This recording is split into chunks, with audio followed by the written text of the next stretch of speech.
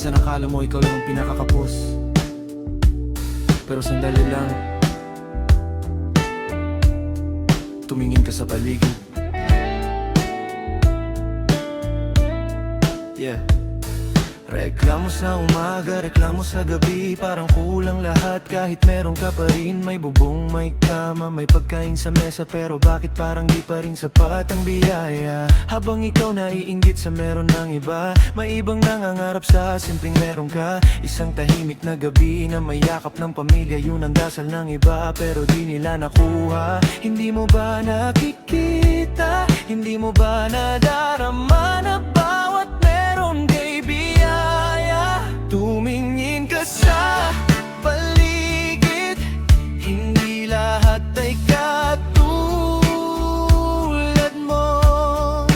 May mga pusong tapos, pero lumalaban buong buong buo.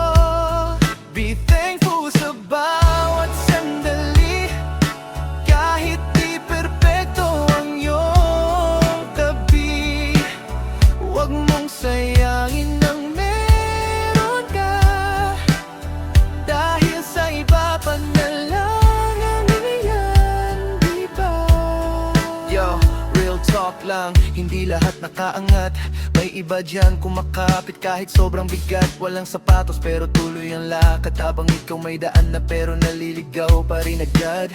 Social media puro flex at inggit, nakalimutan mo na kung ano ang legit. Hindi sukatan ang dami ng pera, kung di marunong makontento wala ring silbi yan pare. Buksan mo ang mata mo, tanggalin ang inggit mo, pasasalamat ang tunay na yayaman mo. Tumingin ka sa paligid, hindi lahat ay katulad mo. May mga pusong tapos, pero lumalang ang buong buo. Be thankful sa bawat sandali, kahit di perpekto ang iyong tabi. Huwag mong sayangin ang meron ka, dahil sa iba pa na lang inayan, di ba? Kung makala mo ikaw na ang pera ka worth, subukan mong makita ang mundo nila first. May mga luha na walang makapansin, pero patuloy pa rin silang bumabangon araw-araw din. Kaya tumingin ka sa paligid, may dahilan pa parang ngumiti sa bawat kulang na nadarama. May mas malalim na biyaya.